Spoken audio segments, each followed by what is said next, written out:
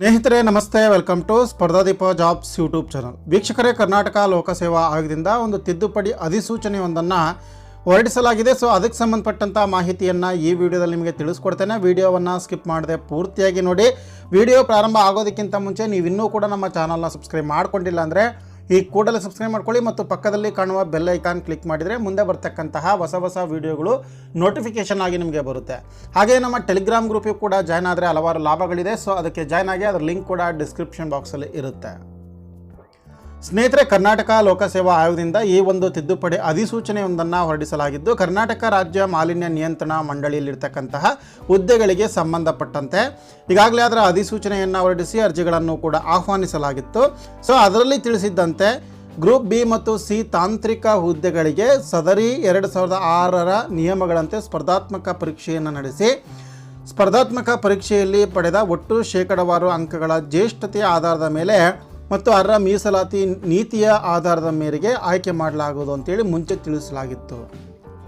ಆದರೆ ಈಗ ಪ್ರಸ್ತುತ ಸದರಿ ಅಧಿಸೂಚನೆಯಲ್ಲಿ ಅಧಿಸೂಚಿಸಲಾಗಿದ್ದ ಗ್ರೂಪ್ ಬಿ ಹುದ್ದೆಗಳಿಗೆ ಈಗಾಗಲೇ 2006ರ ನಿಯಮಗಳಂತೆಯೇ ಸ್ಪರ್ಧಾತ್ಮಕ ಪರೀಕ್ಷೆಗಳನ್ನು ನಡೆಸಿರುವುದರಿಂದ ಹಾಗೂ ಸದರಿ 2006ರ ನಿಯಮಗಳಲ್ಲಿ ಸಂದರ್ಶನ ನಡೆಸಲು ನಿರ್ದಿಷ್ಟಪಡಿಸಿರುವುದರಿಂದ ಸದರಿ ಹುದ್ದೆಗಳ ಸ್ಪರ್ಧಾತ್ಮಕ ಪರೀಕ್ಷೆಗೆ ನಿಗದಿಪಡಿಸಿದ ಒಟ್ಟು ಅಂಕಗಳ ಶೇಕಡಾ 12.5 ಅಂದರೆ 50 ಅಂಕಗಳನ್ನು ಸಂದರ್ಶನದ ಗರಿಷ್ಠ ಅಂಕಗಳನ್ನಾಗಿ ನಿಗದಿಪಡಿಸಿ ನಿಯಮಾನುಸಾರ ಸಂದರ್ಶನ ನಡೆಸಲಾಗುತ್ತೆ. ಹಾಗೂ ಈ ಹುದ್ದೆಗಳ ಸ್ಪರ್ಧಾತ್ಮಕ ಪರೀಕ್ಷೆಯಲ್ಲಿ ಗಳಿಸಿದ ಒಟ್ಟು ಅಂಕಗಳು ಮತ್ತು ಸಂದರ್ಶನದಲ್ಲಿ ಗಳಿಸಿದ ಅಂಕಗಳ ಒಟ್ಟು ಶೇಕಡಾವಾರು ಜ್ಯೇಷ್ಠತೆಯನ್ನು ಆಧರಿಸಿ ಕಾಲಕಾಲಕ್ಕೆ ಚಾಲ್ತಿಯಲ್ಲಿರ್ತಕ್ಕಂಥ ನಿಯಮಗಳ ಅನುಸಾರ ಈಗಾಗಲೇ ಅಧಿಸೂಚಿಸಲಾಗಿರುವ ಖಾಲಿ ಹುದ್ದೆಗಳ ಸಂಖ್ಯೆಗೆ ಅನುಗುಣವಾಗಿ ಅಭ್ಯರ್ಥಿಗಳನ್ನು ಆಯ್ಕೆ ಮಾಡಲಾಗುತ್ತೆ ಅಂತೇಳಿ ಈ ಮೂಲಕ ಅಭ್ಯರ್ಥಿಗಳ ಮಾಹಿತಿಗೆ ಪ್ರಕಟಿಸಿದೆ.